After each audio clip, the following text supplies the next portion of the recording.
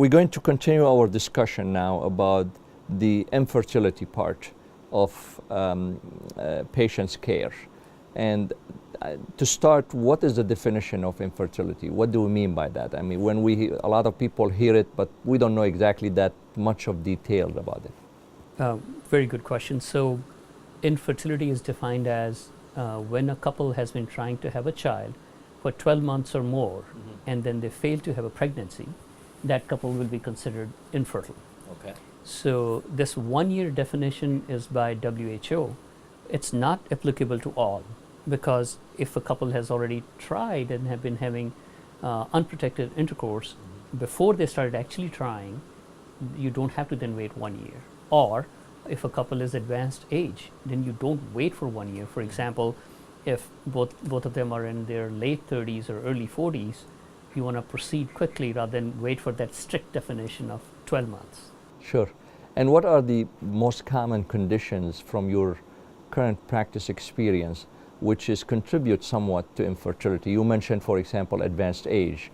Even that the 30s, I don't consider it advanced age. I mean, but what else could be a factor in that? So factors can be surgical, could be medical, hormonal, so many causes, but since you asked for most common causes, on the male side, the most common cause that we see in infertility clinic is a condition called varicocele, which is basically varicose veins like people have in their legs.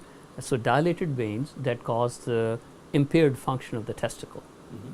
In human beings, primates, the testicle needs to be at a lower temperature than the rest of the body to work properly. Typically the temperature is 1.5 degrees lower. But when you have this condition, varicocele, all the veins are jumbled up around the testicle and the blood just pools and sits there. Sure. And so the temperature is not regulated properly. And that affects the sperm production, that affects the hormone production. And in long run, sometimes you'll see the testicle starts to shrink and testicle loses its volume also. And some of these patients later in life can also have trouble with low testosterone, and that can cause further many health problems. Sure. So that's one of the conditions we see most commonly. Other condition which is becoming more prevalent, unfortunately, is the use of exogenous supplements. So younger kids, younger folks, not knowing they're going to gym, they want to buff up, they start taking hormones.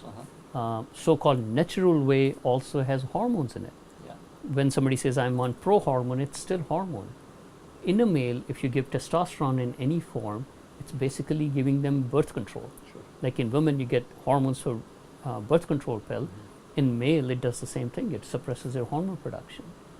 So these are the two probably most common causes. Uncommon but most concerning cause is underlying malignancy. Many patients with testicular cancer, the presenting symptoms will be infertility or subfertility. So anytime we examine somebody, that's the biggest fear in our mind, to make sure that's not the cause. And if you miss that, it's life-threatening. And when we are talking about each one of these medical issues, percentage-wise, when it comes to the male infertility, I mean, what's the percentage? Like, is it a small number of people who could have that problem, or it's a large number, percentage-wise? So all the couples, when they're looked at coming into male infertility clinic, 50% of the couples in the males will have varicocele. 50%? Yes. Wow. So that's the most common diagnosis. Now, testicular cancer or other malignancies, for example, lymphoma can present like that. Sure. Some patients who have craniopharyngioma. Some recently I saw a patient who had adenoma in the pituitary gland, which is a master gland that controls all the hormone production. So that patient presented with infertility. Rather than just saying, okay, you have low sperm count and writing it off, you have to look at the whole person, a human being, as to what is the cause behind it. Absolutely. Rather than just writing it off. What about the woman side of the infertility? I mean, what are the most common causes from your experience, since you guys are in one clinic? So in our collaborative clinic, when I work with my partners on the female side, their most common cause is hormonal dysfunction. Polycystic ovarian syndrome, also called PCOS, is one of the very common causes of infertility. Low ovarian reserve, or the so-called ovarian failure because of previous exposure to medication, hormones, or genetics is also another common cause. And as you know, for all diseases, obesity is wreaking a havoc. Sure. And both in males and females, obesity and BMI is directly, it interferes with your hormone excess. Absolutely. And it can cause problem with fertility. So I assume, based on what you are suggesting, to figure out the reason for the infertility with the couple, specific couple, that the evaluation should be done for both of them. That's full evaluation to come up with the best answer, that where is the problem and how to treat it. Absolutely. And this is right on the point. 30% of the men will have isolated problem when you have an infertile couple, only with men. Another 20% you will have men and women. And another 50% will have women itself only.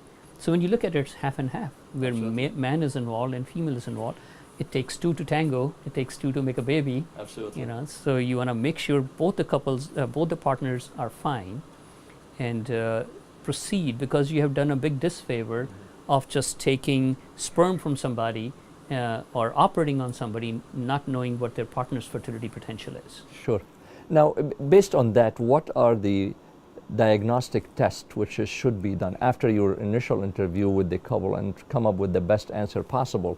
What are the most common diagnostic testing which done in these infertility clinic? So the first thing is a thorough male physical examination focused on the genitalia. Yeah. There are many diagnoses you can make clinically. For example, we mentioned varicocele. It's a diagnosis of clinical examination. No tests are needed. You don't need a CT scan or MRI. It's a clinical exam test. There are conditions where the vas deferens, the tube that brings the sperms out, could be absent. Patients who are carriers of cystic fibrosis, they may have absent vas deferens. So once again, it's a diagnosis of clinical examination. Sure. And once again, I want to keep on saying it again and again and again, that testicular cancer, feeling for a nodule on the testicle, making sure the testicle does not have a missed condition of testicular cancer underlying. So good physical examination is required for that. Since the age group where the testicular cancer is most common is 20 to 40, that is the age group for maximum fertility in men. So these two age groups overlap quite a bit. So physical exam, complete history taking, including if they're taking any nutrition supplements, any protein supplements, any hormones, any over-the-counter medication, detailed history, not only on the male, but also the female, then family history, their pediatric history, so good examination. Once we have that, then we have a baseline semen analysis. So semen examination to look for your sperm counts, motility, morphology. A very specific things we also look at is, are there any infection issues, like there are white cells in there. We also look for any abnormal shapes. There could be good counts. If they're abnormally shaped, you're not going to have a good outcome. So a complete sperm examination in an infertility lab is very important. So then we go from there. In some men, you will, based on examination, we'll check their hormones. It could be low testosterone issue, or hormone called FSH or LH, which come from brain. You have to do that examination. And rarely you will also require genetic examinations, Y chromosome microdeletion, or extra chromosome, X chromosomes, Klinefelter, one of the common causes that we see come across for infertility. Now, when we are talking about the sperm counts and morphology and function, normal number of sperm does not mean you are fertile. Very good. Based on what I understand. That's very true, because looking at numbers is just the quantity. What is the quality of the sperm? So those are some of the other tests that you have to delve into detail.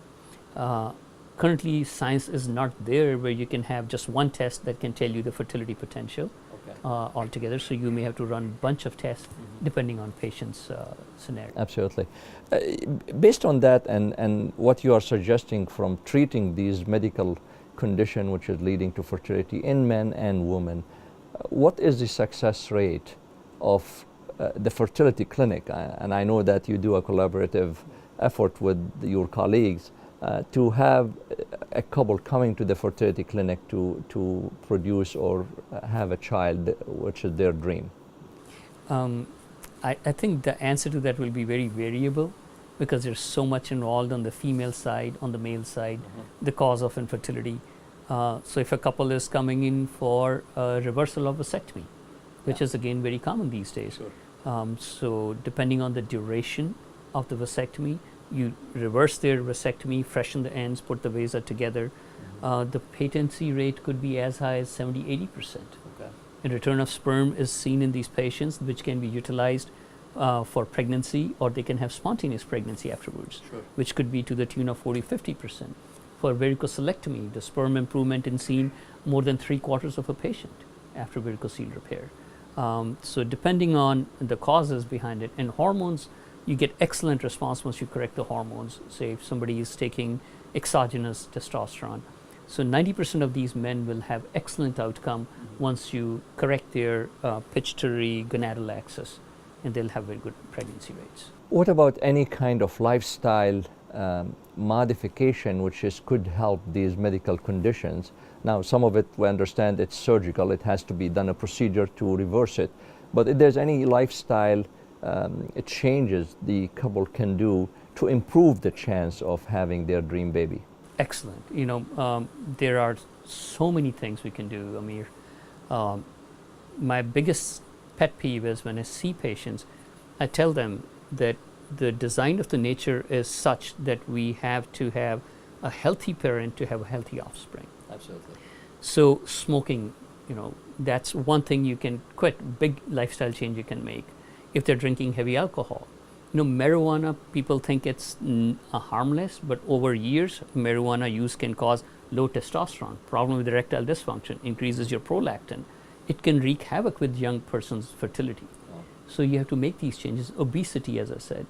So in the fat cells, testosterone is converted into estrogen, which is a female hormone, which in turn stops your sperm production. Sure. So if person is morbidly obese, first thing you start telling them is losing weight, eating healthy. Anything that's heart healthy is good for fertility. You see, As that's simple why as we that. always say that the heart health is number one, even for fertility. So That's right. the final question which I have really, which is most of the people talk about the financial cost of fertility and these infertility clinic. Can you give us, in summary, very short answer about how costly it is and if the insurance cover that or not? So most common condition, varicocele, 99% of the insurances cover it. Okay. Male infertility majority of it is covered, except for certain procedures like VAS reversal, vasectomy reversal.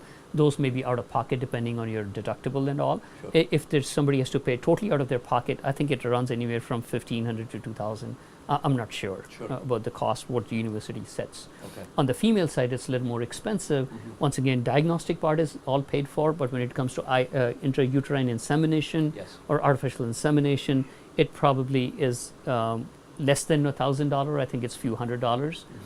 If it's IVF, which is in vitro fertilization, then it runs into thousands, which is the most expensive. It probably runs around 10 to 12,000 per cycle. Perfect. And depends on the hormones. But at least we know that at the end result, there is a good chance that they will have their dream baby, and that's the most important thing. You're right. So we hope so. Thank you so much. You're We welcome. appreciate it. It was very informative, and really we hope we provided enough information about this subject.